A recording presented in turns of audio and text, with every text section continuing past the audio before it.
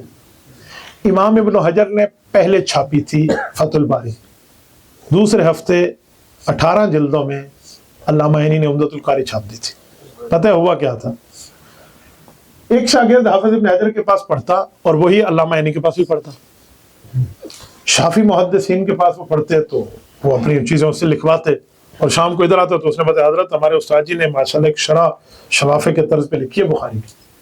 تو نے کہا وہ کاغذ کس کے پاس ہے؟ کہا جی میرے پاس ہوتا ہے, آپ کو دکھاؤں؟ انہوں نے کہا نہیں, ایسے خیانت ہے, پہلے اپنے استاذ کے پاس جاؤ اور ان سے اجازت مانگو کہ میں یہ آپ کی مصفدے کی کاپی کسی کو دکھا دوں, میری اجازت لے لو. اگر وہ اجازت دیں تو مجھے دکھانا, ورنہ نہیں. دیانت داری دیکھو ہمارے حضرات سے.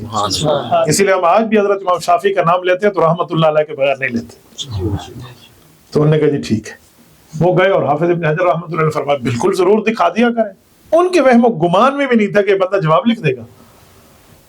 تو وہ روزانہ لکھتے اور دکھا جاتے, اور امام عینی اس کو پوری تحریر لکھ دیتے. میں سمجھانے کے لیے کہتا ہوں, ایک جمعے کو اگر فتح الباری چھپی ہے تو دوسرے جمعے نو عمدۃ القاری میدان. اس طرح اتنے تگڑے لوگ تھے یہ علم میں. بادشاہ وقت تھا, یہ دونوں مصر کے ہیں, دونوں کی قبریں وہی ہیں, قاہرہ کے اندر ہے, بلکہ جامع ازہر کے بالکل قریب ہے علامہ عینی کی قبر. تو بادشاہ بیٹھتا تھا تو یہ دونوں علماء ان کے ساتھ بیٹھتے. تو بادشاہ نے اپنے سامنے ایک مینارہ بنوایا تھا, مینارہ اینٹوں کا پتھر. وہ مینارہ بیچارہ گر گیا. وہ مینار گر گیا تو ہر بندے نے اپنے ذوق پہ اس پہ کمنٹ پاس کیا. علامہ عینی بھی ہیں اور حافظ ابن حجر بھی ہیں. حجر کا معنی پتھر ہوتا ہے, عین کا معنی نظر ہوتا ہے. تو اب یہ علماء بیٹھے ہیں نا, تو اس نے اس پر چوٹ ماری لیکن علمی, اور ان نے یہاں بات کی. وہ کہنا یہ مینارہ بادشاہ سلامت آپ کا گر گیا ہے, اس کو عین لگی ہے, نظر لگی. نام تو بدر الدین عینی ہے نا, صرف علمی اعتراض کرنے کے لیے. یہ کوئی برا بھی نہیں ہے, علمی باتیں گپ شپ کی ہوتی ہے. عین لگی ہے, نظر لگی ہے.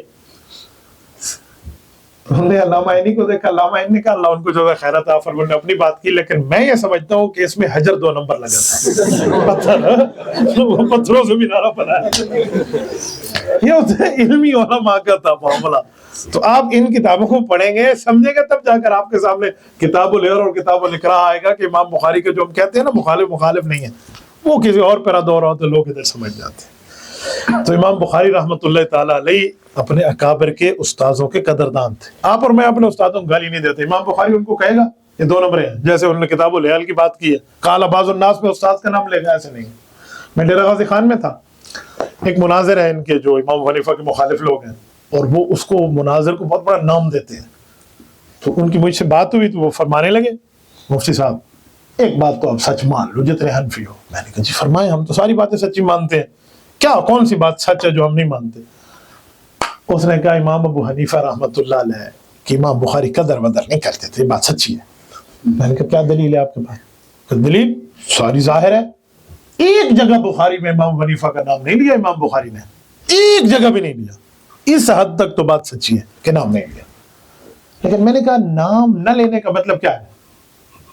کہ وہ ان کے مخالف ہیں. کہتے ہیں نام نے جو نہیں لیا تو مخالف ہی ہو گئے.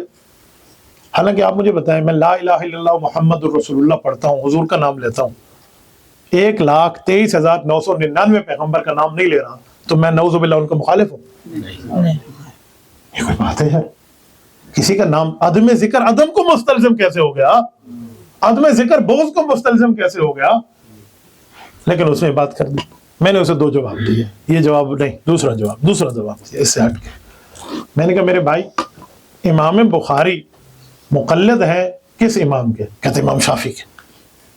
میں نے کہا امام شافعی رحمۃ اللہ اچھے آدمی تھے, بہت اچھے تھے. میں نے کہا پوری بخاری جو امام بخاری نے امام شافعی کا نام لیا تو مینو بھی کھاؤ. ہاتھ کے صرف طوطے نہیں اڑ گئے بچے چھوڑو, آج کل لفظ مولانا نے دیا بچونگڑوں, بچونگڑے کے ہاتھ کے طوطے نہیں اڑ گئے, چڑیاں لالیاں کوے ہلنا شلنا یکیا اڑ گئی, ایک بھی نہیں بچی. کہ جو ان کا امام ہے امام شافعی رحمۃ اللہ علیہ, اس کا نام بھی تو بخاری میں نہیں لیا. آپ کس بنیاد پہ کہہ رہے ہیں کہ امام بخاری رحمۃ اللہ علیہ امام حنیفہ کے مخالف تھے؟ اچھا میں نے کہا اگلی بات کروں؟ کہتے جی کروں. میں نے کہا امام مسلم رحمۃ اللہ کس کے مقلد تھے؟ وہ بھی امام شافعی کے تھے. میں نے کہا انہوں نے بھی نام نہیں لیا، پوری مسلم میں امام شافعی کا نام نہیں ہے.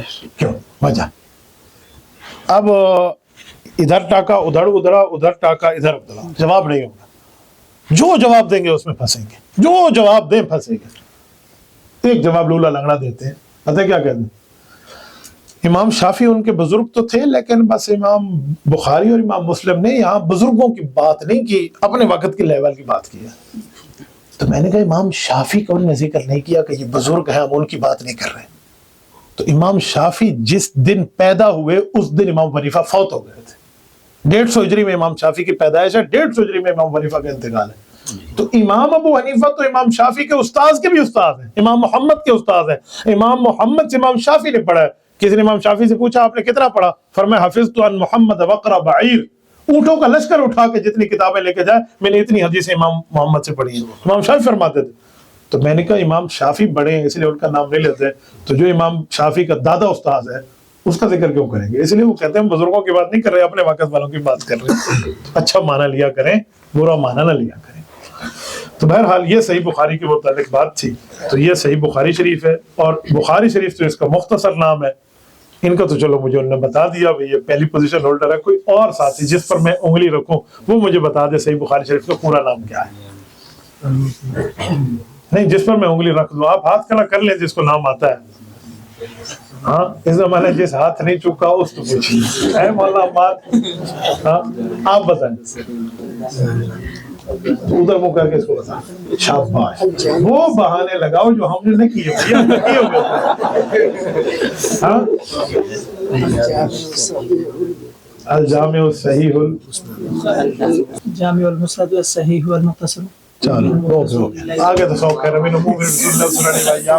مسئلہ یہاں پھنستا ہے کہ الجامع السنن ہے، الجامع المسند ہے، جامع المختصر یا پھنس جاتا ہے. الجامع الصحیح دو الگ الگ کہتے ہیں، الجامع المسند الصحیح المختصر. ایسا ایسا بندہ کہتے ہیں. عربی زبان میں اٹک جانا کوئی مسئلہ نہیں ہے، کوئی ہمارے ابے کی زبان تھوڑی ہے. یہ تو ہمارے علمی روحانی آباؤں کی ہے، براہ راست تو ہماری مادری زبان نہیں ہے. اس میں اٹک جانا کون سا مسئلہ ہے؟ قرآن میں اٹکنے پر رسول اللہ نے اپنی بات فرمائی ہے. کیا حدیث نہیں ہے؟ نبی علیہ الصلوۃ والسلام نے فرمایا اگر میں قرآن میں بھول جاؤں تو مجھے بتاؤ. یہ لفظ نہیں ہے حدیث میں، پڑھیں حدیث ہے تو صحیح مسلم میں انما انا بشر انسا کما تنسون فاذا نسیت فذکرونی. میں بھول جاتا ہوں، میں بھولوں تو مجھے بتائیں. نبی علیہ الصلوۃ والسلام ارشاد فرما رہے ہیں تو بھول جانا کوئی جرم نہیں ہے. آپ کے اور میرے لیے ہے نا، اب نبی کے لیے تو آپ کیا کہو گے، اس پر خدا تین حج لے جاوے. چلو یہ اب صحیح بخاری کا پہلا باب ہے، اور پہلا باب امام بخاری نے کتاب الایمان سے پہلے ذکر کیا. کتاب الایمان بعد میں ذکر کیا، پہلا باب پہلے ذکر کیا، اور باب کا نام رکھا باب کیف کان بدء الوحی الی رسول اللہ صلی اللہ علیہ وسلم، کہ وحی حضور تک کیسے آتی تھی. یہ اس بات کی طرف اشارہ تھا کہ ایمان تب ملے گا جب وحی آئی تو ایمان ملا نا. اس لیے حضرت امام بخاری رحمۃ اللہ علیہ نے وحی کو پہلے ذکر کیا. اور اس میں پہلی حدیث ہے، اور اس حدیث کا نام ہے حدیث مہاجر ام قیس. ام قیس ایک خاتون ہے، ان کے لیے ایک شخص نے ہجرت کی ہے، اور وہ ہجرت کر کے تشریف لے آئے. صحابی بن کے پہلے تشریف لے آئے تھے، تو بعد میں آئے. ان کی نیت یہ تھی ہجرت تو کر رہا ہوں، بس میری شادی بھی ہو جائے گی. وہ تشریف لائے. تو ان کے بارے میں یہ پوری کی پوری حدیث ہے. یہ امام بخاری رحمۃ اللہ کے استاد ہیں امام حمیدی، ان سے امام بخاری روایت لائے ہیں. یہ روایت جو امام حمیدی کے ذریعے لائے ہیں، تو پہلا استاد امام حمیدی امام بخاری اس لیے لائے ہیں کہ حمیدی حمد سے ہے، اور حمد جو ہے نا تعریف کو کہتے ہیں. تو تعریف پہلے بھی کرنی چاہیے، تعریف آخر میں بھی کرنی چاہیے. لہ الحمد فی الاولی، قرآن کی آیت ہے نا. تو ادھر حمد اولا پہ عمل کیا، اور آخری راوی وبہ قال حدثنا احمد بن اشکاب میں والآخرہ پہ عمل کیا. دوسرا ہم تقریر شروع کرتے ہیں الحمدللہ اور ختم کرتے ہیں وآخر دعوانا الحمدللہ، تو وہ بھی الحمد، یہ بھی الحمد. تو امام بخاری سے الحمد. ان کا اصل نام ہے عبداللہ. کیا نام ہے؟ عبداللہ. تو عبداللہ سے لائے ہیں کیونکہ اللہ تعالیٰ کو دو نام بڑے محبوب ہیں. سنن نبی داؤد کی حدیث ہے احب الاسماء الی اللہ عبد اللہ و عبد الرحمن. اللہ کو دو نام بڑے پسند ہے، ایک نام عبداللہ ایک عبد الرحمن ہے. تو عبداللہ سے بخاری شروع کی اور عبد الرحمن پہ بخاری ختم کی.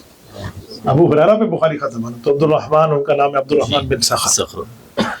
دوسری بات کہ عبد الرحمن بن صخر حضرت ابو ہریرہ مدنی ہے، اور عبداللہ بن زبیر المکی یہ مکی ہے. تو امام بخاری بتانا چاہ رہے ہیں مکہ سے وہی شروع ہوئی اور مدینہ میں ختم. یہاں بہت سی چیزیں ایسی چلتی ہیں, پتہ نہیں حضرت امام بخاری رحمۃ اللہ کے ذہن میں بات تھی یا نہیں تھی, لیکن ہمارے شیخ الحدیث نے ہمیں یہ سنا کے پکوا دیتے ہیں. ٹھیک ہے نا, تو اب یاد کر لو. کافیہ پڑھتے ہیں 3 مہینے تو یہاں لگا رہتا ہے کہ الکلمۃ لفظ وضع لمعنی میں یہ پتہ نہیں الحمد نہیں لکھا, الحمد للہ تو بسم اللہ نہیں لکھی, بسم اللہ لکھا تو کیا نہیں لکھا. وہ ابن حاجب کے دماغ میں بھی وہ سوال نہیں ہوں گے لکھتے وقت جو ہمارے ہاں یاد کراتے ہیں. میرا یہ بھی ذہن کھولنے کے لیے. تو وبه قال حدثنا الحميدي قال حدثنا سفيان قال حدثنا يحيى بن سعيد الانصاري قال اخبرني محمد بن ابراهيم التيمي انه سمع علقمة بن وقاص الليثي يقول سمعت عمر بن الخطاب رضي الله تعالى عنه وعنهم سمعت رسول الله صلى الله عليه وسلم يقول انما الاعمال بالنيات وانما لمن ما نوى فمن كانت هجرته الى دنيا يصيبها او بڑے کیا لفظ ہے ہاں آپ تو لفظ دیکھ رہے ہو, وہ تو نہیں دیکھ رہے. یہ اب امراتن ہے ہاں, او الہ کیوں چھڑ دے سے, اس کا معنی آپ سماعت سے کام زیادہ لے رہے. ایسے چھوٹا سا پڑھا تبھی میں رک گیا. ٹھیک ہے, ین کہ ہوا فہجرتہ الی ما ہاجر الیہ. اب اس حدیث میں تھا کہ تمام اعمال کا دار و مدار جو ہے وہ نیت پر ہے, اور جس آدمی نے جو نیت کی اس کو وہی ملے گا. جس نے ہجرت کی دنیا کے لیے تو اس کو دنیا ملے گی, لڑکی کے لیے کیا عورت کے لیے کیا تو اسے وہی ملے گا جو جس کی طرف اس نے ہجرت کی. یہ حدیث پاک ہے, اور اس کو ہم نیت کے معاملے پہ ترمذی میں بھی پڑھ کے, بخاری میں بھی پڑھ کے 4 مذاہب آپ نے یاد کیے ہوئے. لیکن ایک تشریح میں آپ کو سنانے لگا ہوں جو تشریح قائد ملت اسلامیہ دامت برکاتہم نے فرمائی. 4-5 دن پہلے کی بات ہے, حضرت قائد جمعیت دامت برکاتہم کو مجھے میسج آیا کہ اب کل کے دن کہاں ہیں. میں نے کہا ڈیرہ اسماعیل خان میں ہوں. فرمان لگے میں بھی ڈیرہ اسماعیل خان میں ہوں. تو کل ظہر میں میری پریس کانفرنس ہے, وہ بچونگڑوں کے خلاف حضرت کی پریس کانفرنس ہے. تو میں نے کہا حضرت میں حاضری کروں گا. میں وہاں چلا گیا, شیخ کے یہاں بیٹھا. مجھے یہ سعادت ملی کہ ظہر, عصر, مغرب, عشاء 4 نمازیں مولانا کے پیچھے پڑھی, اور چاروں تکبیر اور اقامت میں نے کہی. تو عشاء کی نماز سے پہلے مغرب کے بعد میں نے حضرت سے اجازت مانگی. میں نے کہا حضرت مجھے اجازت دیتے میں چلتا ہوں. مجھے کہتے ہیں پٹھانوں کے گھر آؤ, کھانا کھائے بغیر بندہ نہیں جاتا. تو میرے ہاں تو کھانا آج اس لیے نہیں ہے کہ میں نے کسی جگہ جانا ہے دعوت پہ. تو وہ بندہ میرا بہت اچھا یار ہے, چاہے اس نے آپ کو دعوت نہ دی ہو, آپ میرے ساتھ چلنا, اکٹھے چلیں گے تو مجھے اپنے ساتھ کھانے ملیں گے. ہم نے عشاء وہیں پڑھی. حاجی عبدالرشید دھپ صاحب اللہ ان کو جزائے خیر عطا فرمائے, ان کے گھر میں کھانا تھا. وہیں ہم آگے بیٹھے, ادھر آئے تو لوگوں نے کئی سیاسی سوالات ادھر ادھر شروع کر لیے. لیکن اس شخص کو میں نے قریب رہ کر دیکھا ہے, سیاسی گفتگو میں بھی علمی ان کی باتیں نہیں کی جاتی نا, وہ علمی. تو ایک بندے نے ایک فرد پہ اعتراض کیا کہ وہ بندہ مفاد پرست ہے, وہ تو اپنے فائدے کے لیے آپ کی جماعت میں آیا ہے, آپ اس کو نکال دیں. کیوں رکھا ہوا ہے آپ نے اسے؟ مولانا سنتے رہے, بات کو ادھر ادھر کر جاتے تاکہ وہ کیا فضول اس کا سوال ہے. جب اس نے دوسری تیسری مرتبہ کہا, پھر ایک سفید ریشہ بزرگ آ کے بیٹھ گیا, اس نے بھی اس کے بارے میں اللہ مجھے دیکھا اور مجھے فرمایا کہ حدیث پاک میں ہے نہیں کوئی بندہ اگر مفاد پرستی کے لیے بھی آئے تو اس کو بھی اپنے ساتھ رکھ لو, نکالو نہیں. اب میں بڑا پریشان ہو گیا کہ مولانا مینو ویک کی گل کی تھی تو مینو آکن حدیث لا بدل, میں کہاں سے پڑھ کے یہ بات سناؤں گا جس استدلال پہ مولانا کر رہے ہیں. تو میں نے کہا جی ہاں حضرت آپ بڑے ہیں, آپ سچ ہی فرماتے ہیں. اب یوں میں نے نہیں کہا کہ ہاں میں حدیث میں آتا ہے. اب مولانا قدرے خاموش ہوئے تو انہیں بھی لگا بھی اس کے طرف ذہن نہیں گیا. مجھے کہا یار وہ بخاری کی پہلی حدیث ہے. فوراً ٹھک میرے ذہن میں ان کا استدلال ہے. میں نے کہا ہاں. روایت کا نام ہے مہاجر ام قیس. یہ ہجرت کی ہے صحابی رسول رضی اللہ تعالیٰ عنہ, لیکن یہاں دین بھی مقصود ہے لیکن اپنی شادی کا مفاد بھی ہے.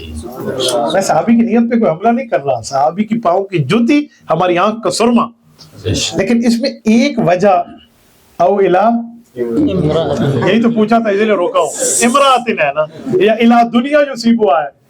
لیکن اللہ کے رسول نے کیا اس صحابی اور صحابیوں کو نکال دیا تھا؟ اپنے معاشرے سے ہٹا دیا تھا, قبول فرمایا, اپنے ہاں رکھا. ٹھیک ہے, تو اس سے پتہ چلا کہ کوئی بندہ کسی نیت سے آئے لیکن دینداروں کے پاس آ کر بیٹھے تو اس کو صفوں سے نکالو نہیں, اس کو بٹھا دو. مولانا نے اسے کہا اللہ کے بندے اگر وہ اپنی وفات کے لیے آیا بھی ہے ہمارے پاس, ہمارے ساتھ بیٹھے گا اٹھے گا, انشاءاللہ اس کا وفات ٹھیک ہو جائے گا. اور یہ اس حدیث سے استدلال کیا. وہ چیز اب تجھے حیران ہو جاؤ, اللہ رب العزت نے اتنی ذہانت ان کو عطا فرمائی اور اس طرح قوت استدلال پہ مسئلہ پیش کر دے. میں نے پھر مولانا کے اس وقت ہاتھ تھامے اور میں نے کہا حضرت اللہ جانتا ہے میں نے اپنے نظام میں سنا ذہن بنایا ہوا تھا، میں بخاری کی بڑی شرح پڑھے نے، میں نے الحمدللہ 2 سال پڑھایا ہے، تو میں ایک تجربہ رکھتا ہوں، میں شیخ الحدیث کا بیٹا ہوں، میرے والد صاحب ماشاءاللہ یہ وہ پوری بات، لیکن مزہ آ گیا حضرت، دلی ٹھنڈ پہ گئی ہے جڑی تشریح تسی کیتی ہے، میں کسی شرح چ نہیں پڑھی لیکن عین حدیث دے مقتضا دے مطابق ہے، عین حدیث کے مقتضا کے مطابق ہے، باقی آپ نے جو شرح فرمائی ہے۔ تو اس سے ایک بات یہ بھی آ گئی، ہو گیا۔ اب آپ لوگ ماشاءاللہ لیٹ ہو گئے ہیں، اب دیکھیں رات کے 11:15 سے بھی اوپر کا وقت ہے، تو صحیح عقیدہ رکھیں، صحیح عمل رکھیں، اپنے اکابر کے ساتھ جڑے رہیں، تو آپ کو میری طرف سے مرویات حدیث کی اجازت ہے۔ میں نے اپنے شیخ مکرم حضرت مولانا سید شریف اللہ مولیانوی رحمۃ اللہ تعالی علیہ، شیخ الحدیث جامعہ شمس العلوم تفسیریہ رحیم یار خان والے، ان سے میں نے جو اجازت حدیث لی ہے، اتنی بڑی اجازت حدیث ہے، وہ 16 واسطے تک ڈائریکٹ رسول اللہ تک بندہ پہنچتا ہے، 16 واسطے، ورنہ آپ کو جو سند ملنی ہے وہ 25-26 واسطے، یہ آپ ذہن میں رکھنا، ٹھیک ہے۔ ان میں ہمارے 2 اساتذہ اتنے بڑے ہیں، ایک استاذ کے لکھے انہ عاش 300 سنۃ، یوسف الحروی رحمہ اللہ کے لکھے 300 سال اس کی زندگی تھی، ایک کی 150 سال وہاں لکھی ہے۔ تو اس طرح اس سند میں بندہ ڈائریکٹ وہاں پہ جا کے پہنچتا ہے، تو وہ اجازت حدیث کے ساتھ آپ کو اجازت ہے۔ وہ حدیث کی سند آپ کو چاہیے ہو تو مفتی اقبال صاحب کا، آپ کے فیصل آباد کے ہی ہیں، ان کا نمبر نوٹ کر لیں، میں نے ان کو یہاں جن بچیوں نے پڑھا ہے میرے خیال میں کل سبق، تو ان کو بھی اجازت حدیث دی ہے، تو ان کے لیے میں سند بھجواؤں گا، تو آپ اپنا نام پتہ علاقہ ان کو بتا دینا، تو اس میں یہ انشاءاللہ تعالیٰ آپ تک بھجوا دیں۔ نہیں درس میں جس نے شروع نہیں کیا اس کو تو اجازت کہاں کی ہے اللہ کی، نہیں میں ان کی کہہ رہا ہوں جو دورہ حدیث سے کم از کم اس کا، ہاں دورے والوں کا، ٹھیک ہے نا، یا جن کا دورہ نہیں ہے وہ دورہ کرنے کے بعد آ کے دوبارہ لے لیں، نو ایشو، تو آپ ان سے لے لیں، مشکات والے اگلے سال لے لینا، کیا ہوتا ہے، اللہ آپ کو سلامت رکھے۔ آپ نے اپنی حدیث بخاری پڑھی نہیں ہے تو بیٹا میں کیسے آپ کو ثلاثیات کی اجازت دے دوں، تو اسی ثلاثیات چھٹو، ثلاثیات ہی نہیں پڑھے، ٹھیک ہے۔ اللہ آپ کو خوش رکھے، اس سال آپ انتظار فرما لیں، اگلے سال ہم مبارکباد ہی کر لیں گے۔